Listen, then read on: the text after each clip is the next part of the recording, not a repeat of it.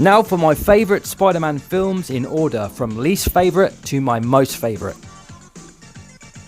Coming in at last place and number 8 on my list is Amazing Spider-Man 2.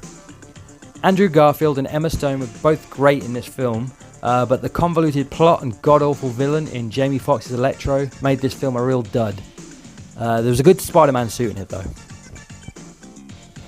In at number 7 would be Raimi's Spider-Man 3.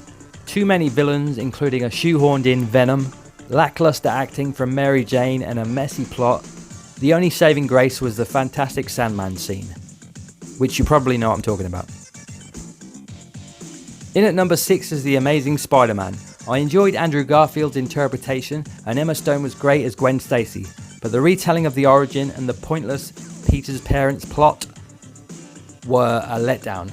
I also wasn't a fan of the actual Spider-Man suit either.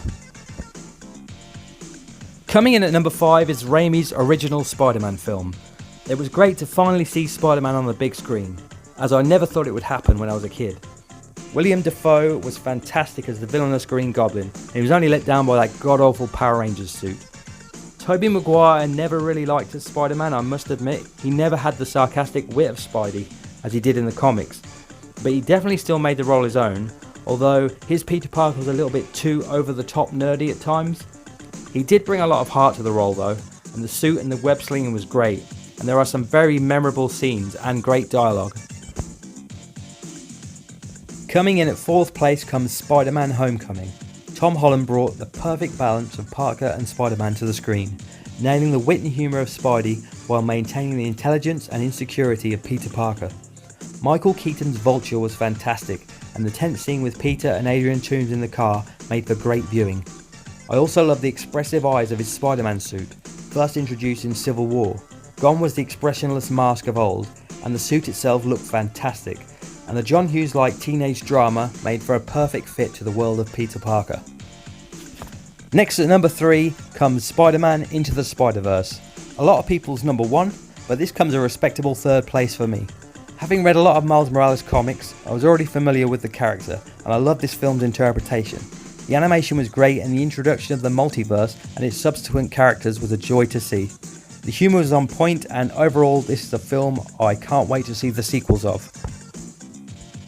In at number 2 comes Spider-Man Far From Home, and it just pips Spider-Verse to the post due to Jake Gyllenhaal's fantastic Mysterio, along with his straight out the comic book illusion sequences.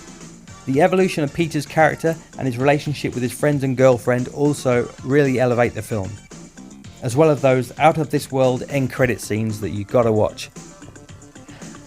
In at number 1 it can only be Raimi's Spider-Man 2. This film just seemed to catch the essence of the character to a T. His constant underdog struggles to be both hero and man. The villain of Dr. Octopus was spot on, and the film has some of the most memorable action scenes, the train sequence in particular. This film has its own unique style and just seemed to catch lightning in a bottle. It'll take a lot to top this one as the best Spider-Man film for me. So that's my list of Spider-Man films all in order. Let me know yours in the comment section down below.